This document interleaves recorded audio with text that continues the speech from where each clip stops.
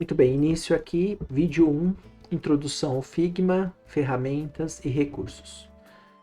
Para poder utilizar o Figma de maneira correta, uma vez que você tem ele instalado ou usado pela internet, clicamos aqui em New Design File. Em nossa área de trabalho, então, temos o menu superior, a barra lateral com as camadas e os assets, e a parte de design, prototipagem e inspect. Para começar um novo trabalho, nós vamos aqui em Region Tools e vamos escolher Frame. Dentro de Frame, eu vou escolher o tipo do projeto que eu quero, mobile, um projeto para tablet, desktop, presentation, apresentação ou mesmo papel, tá? Então aqui, por exemplo, poderíamos escolher um formato A4 que já haveria definido, né? Eu vou usar o formato de apresentação ou de desktop, tá? Então aqui desktop, desktop. Ao colocar um frame, automaticamente nós temos as medidas, que são as medidas de largura, representado pelo W, e as medidas de altura, representado pelo H. Note que ao passar o mouse sobre a letra, né, nós podemos clicar e arrastar para alterar a numeração, ou seja, aumentar ou diminuir o valor usando o mouse. Porém, nós podemos digitar o valor utilizado. Então, se eu quisesse, por exemplo, fazer aqui de 1440 por 720, essa seria a altura, né? Então, nós teríamos uma figura, uma área, né? Mais retangular, como exibida agora. Então, 1440 de largura por 720 de altura. Perfeito? Então, aqui nós temos as dimensões. Dentro desse desktop, nós podemos também já colocar uma cor de fundo, se a gente preferir, através do Fill. Então, o campo Fill, campo de preenchimento, clicamos aqui na coloração e podemos escolher já uma cor de fundo para o nosso trabalho. Eu não recomendo que isso seja feito aqui, até porque nós podemos criar outros tipos de polígono colorido que poderá servir de fundo para a nossa imagem. Então, perfeito. Para colocar as imagens, para colocar os objetos, nós temos aqui o menu Shape Tools. Então aqui nós temos retângulo, linha, flechas, elipses, polígonos, estrelas e até mesmo trazer uma imagem de fora, tá? Então retângulo aqui permite colocar um retângulo na área. Eu posso simplesmente clicar e arrastar para modelar aqui o nosso retângulo. Colocando no ponto interno aqui e arrastando para o centro, eu consigo fazer um arredondamento de borda. Perfeito. E esse arredondamento pode ser feito também utilizando a ferramenta Corner Radius, que está aqui no nosso painel de ferramenta. E eu posso digitar um valor, como por exemplo 50, né? E aí ele faz a alteração aqui. Se eu colocar 0, ele volta a ser um retângulo com as pontas agudas, perfeito? Muito bem, então vou deixar aqui com um radius de 20, um arredondamento suave, e aqui as dimensões da imagem que eu vou utilizar. O importante é sempre ter uma ideia da sua publicação, em que veículo está sendo publicado e qual o tamanho do objeto que você vai utilizar. Então aqui, por exemplo, eu vou pegar esse objeto. O importante, ao mover o objeto dentro da minha área, do meu frame, né, nós percebemos que o Figma faz a questão de indicar a centralização. Portanto, ao mexer o mouse aqui, eu posso centralizar o objeto no meio da página e aí eu consigo ver por essas perspectivas esse posicionamento. Além disso, é possível também alterar o fio, preenchimento, e dentro do fio, o importante aqui é clicar na região da cor para obter diferentes tonalidades. Se eu quiser mudar a cor, é na parte de baixo, tá? Então aqui eu mudo a cor e aqui a tonalidade da cor, tudo bem? Então isso é importante também ter isso em mente. Então vou fazer aqui uma figura mais tendendo para um violeta. Ok. Aqui embaixo nós temos a transparência. Isso vai servir caso eu queira que o objeto fique translúcido e eu consiga enxergar o que está atrás. Claro que isso só vai fazer sentido se houver um outro objeto, tá? Por enquanto eu vou deixar 100%. Se eu precisar duplicar o objeto, basta eu utilizar algumas teclas de atalho. No caso aqui eu vou usar a tecla Alt. Então conforme eu clico com o Alt pressionado, eu consigo movimentar esse objeto e duplicá-lo.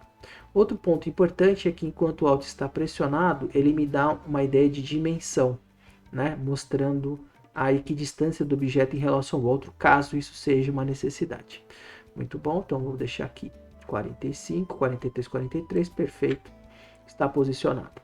Vou trocar a cor desse objeto, estender ele para um azul, e aí eu vou mexer na transparência para que se perceba então, ó, a ideia de transparência aparecendo com o objeto de trás, tá? Então, a partir do efeito que se deseja, pode-se mexer na transparência, tudo bem? Outro ponto é que a cor aqui está sólida, porém eu posso trocar para uma cor gradiente, que é o caso do linear, radial, angular e dial.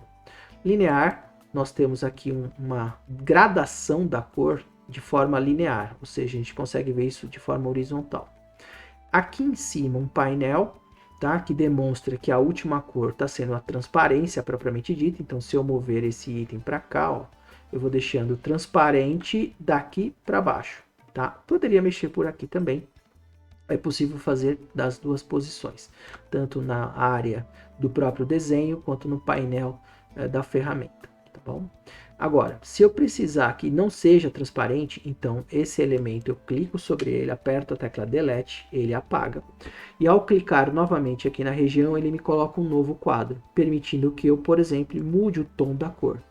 Então agora eu tenho um azul mais escuro tendendo para um azul mais claro, tá? É possível também trocar a última cor fazendo essa variação. Tudo bem? Se precisar que a gradação, o gradiente, tenha mais elementos, basta ir clicando aqui ou na barra para inserir novos elementos. Então, posso clicar aqui e a partir daí colocar novas cores. Então, vou fazer aqui uma saladinha só para demonstrar o potencial da ferramenta. Pronto, tá aqui, ó. Se nós clicarmos aqui nessa posição exatamente, eu posso mover para mostrar que é possível mudar a direção da luminosidade do gradiente e aí reposicionar os quadradinhos aqui até obter o efeito desejado. Ainda assim é possível dar transparência para o objeto, tá? Deixando ele mais ou menos transparente. Caso eu queira colocar um novo objeto, vamos aqui na parte de objetos, vamos pegar agora uma elipse. Se eu desenho uma elipse normal, eu tenho aqui a dimensão dela, tá? Se eu quiser que seja um círculo perfeito, basta manter o Shift pressionado. Shift pressionado, ele sai com a dimensão de largura e altura equivalentes, tá? Isso vale para o retângulo também. Então ele está aqui com 203 por 203. Imaginemos que eu quisesse 200 por 200. Então agora eu vou fazer aqui a alteração. Note que ele já conseguiu deixar equalizado. Isso porque tem esse item aqui, o chain, a corrente, né? Que fecha o cadeado e permite que então a largura e a altura sejam proporcionais. Se eu não quiser isso, destravo aqui e aí eu posso colocar uma nova medida. E aí, obviamente, ao fazer isso e dar um Enter, nós vamos ter uma alteração de um círculo perfeito para uma circunferência, uma elipse, tá? Então, esse elemento serve para manter a proporção. Colocando aqui de volta, vou colocar 200 como estava. E aí note que ao colocar 200, na proporção, ele reduziu aqui para 160, tá bom? Então, é sempre importante entender que cadeado travado mexe na proporção. Uma vez alterado um item, ele afeta o próximo na sua respectiva posição. 200 aqui. E agora sim, travei. Muito bom. Esse objeto está aqui na frente, né? Então eu vou posicioná-lo ao centro. Caso eu queira fazer o centro em relação aos objetos, eu tenho que tomar um cuidado, ó, porque aqui eu tenho o centro do primeiro objeto e o centro do segundo objeto. Então esse centro na horizontal diz respeito ao primeiro objeto, que está atrás. Se eu descer mais um pouquinho, esse aqui é o segundo. Perfeito? Então essa é a ideia. Então como é que eu vou ter certeza que esse objeto está no meio desse item? Primeiro eu vou selecionar os dois objetos e para isso eu vou usar a lateral, usando a tecla Shift pressionada ou a tecla Ctrl, caso seja necessário alinhar objetos equidistantes, tá? Então, por exemplo, aqui eu estou selecionando a elipse e o retângulo do fundo. Uma boa prática também seria nomear os objetos, tá? Então, ao invés de retângulo 1, retângulo 2, então eu poderia colocar aqui o nome desse elemento como retângulo roxo e o outro retângulo degradê. Ou gradiente, acho que fica mais interessante. Gradiente. E aqui o nosso círculo.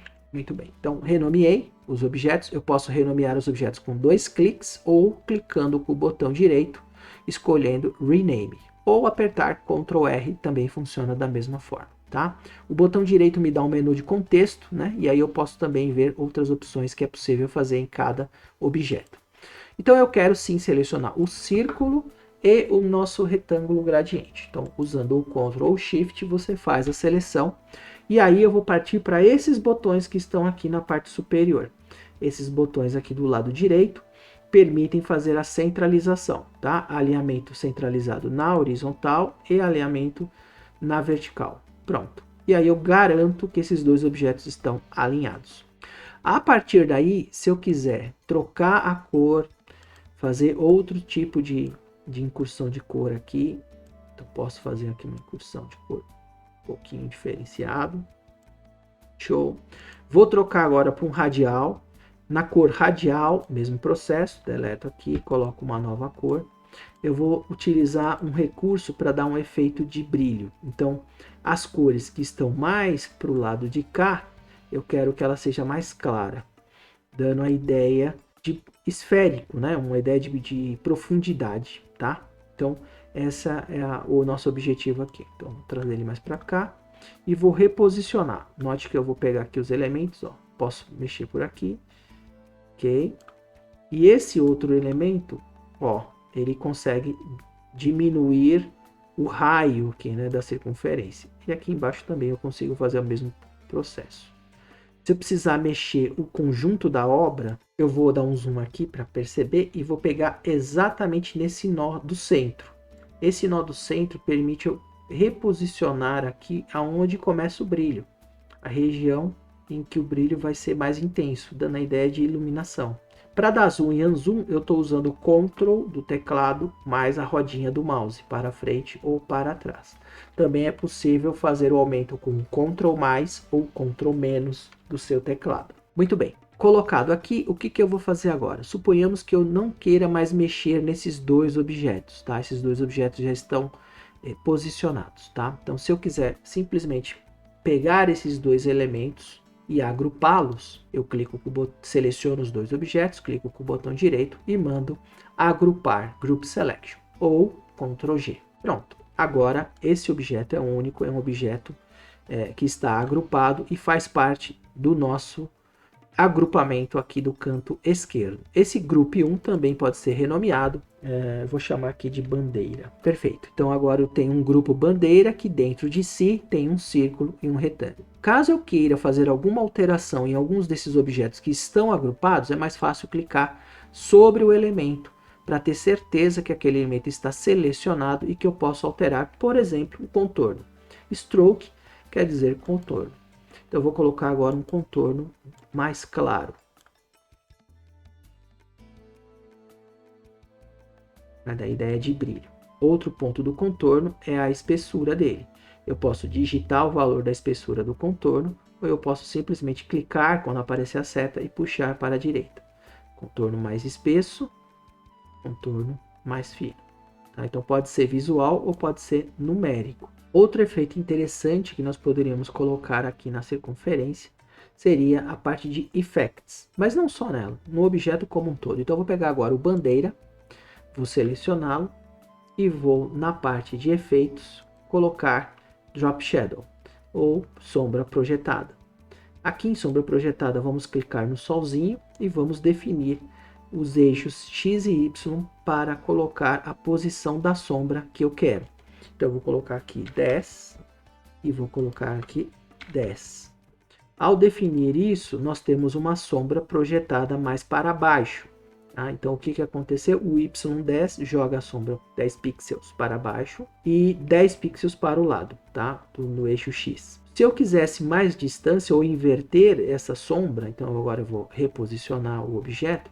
Então olhando aqui o objeto, nós temos para a direita 10 pixels e para baixo 10 pixels. Se eu precisar alterar isso, então Então, clico aqui no nosso objeto, clico no solzinho, e agora eu vou fazer a redução ao contrário. Vamos supor que eu quisesse que esse lado da sombra ficasse para o lado esquerdo. Então, basta eu colocar o sinal de negativo aqui na frente do X, dá o Enter, e aí a sombra é projetada para o lado de cá. Então, negativo vai para a esquerda, positivo vai para a direita. No Y, positivo vai para baixo, negativo vai para cima. Então, o raciocínio é bem fácil de entender. Blur é a mancha, no caso aqui o borrão. Como é que a gente quer esfumaçar essa área da sombra? Quanto maior o número, então de novo, eu posso pôr o mouse aqui, ao invés de ter que digitar, clico e arrasto, a gente vai perceber que eu vou esfumaçar um pouco mais. Então esse esfumaçamento é o blur que a gente obtém. Se eu quero uma sombra mais chapada, uma sombra com menos borrões, então agora eu faço uma sombra 3, por exemplo, ela fica mais definida. Tá? Outro ponto é a questão de transparência que nós temos aqui. Então, essa 25% é transparente, ou seja, se eu mover o objeto e colocar aqui, olha, a gente consegue ver, né, nessa região, por exemplo, a sombra sendo projetada no objeto de trás, ou seja, a sombra não mata. Então eu posso deixar aqui, normal, sem nenhum problema. Todos os objetos colocados também podem ser rotacionados. Então, da mesma forma que nós escolhemos aqui a questão de arredondamento, largura e altura, esse elemento aqui diz respeito à rotação. Então, caso seja necessário fazer uma rotação, pode-se fazer assim, né? Ou digitar internamente o ângulo de inclinação que se deseja, né? Ou a gente pode, no objeto, a partir dos controles que ele nos dá. Então, por exemplo, quando eu ponho o mouse aqui, ó, na extremidade dos nós, a gente consegue ver uma indicação que se eu clicar e arrastar, eu consigo rotacionar. Tá? Então, caso a rotação seja mais uma questão de aparência, né, e você queira ver isso visualmente, então é possível fazer a partir daqui, tá? Pelo mouse. Se não, a gente vem e digita o ângulo que se quer, se houver algum tipo de precisão. Por exemplo, eu quero rotacionar 15 graus. Então, perfeito. Então, aí tem uma rotação de 15 graus para esse elemento. A vantagem de se colocar numericamente é que se eu precisar fazer um texto ou algo parecido e colocar na mesma inclinação, basta eu digitar o mesmo ângulo, tudo bem? Então, vou deixar aqui 5 graus. Muito bom.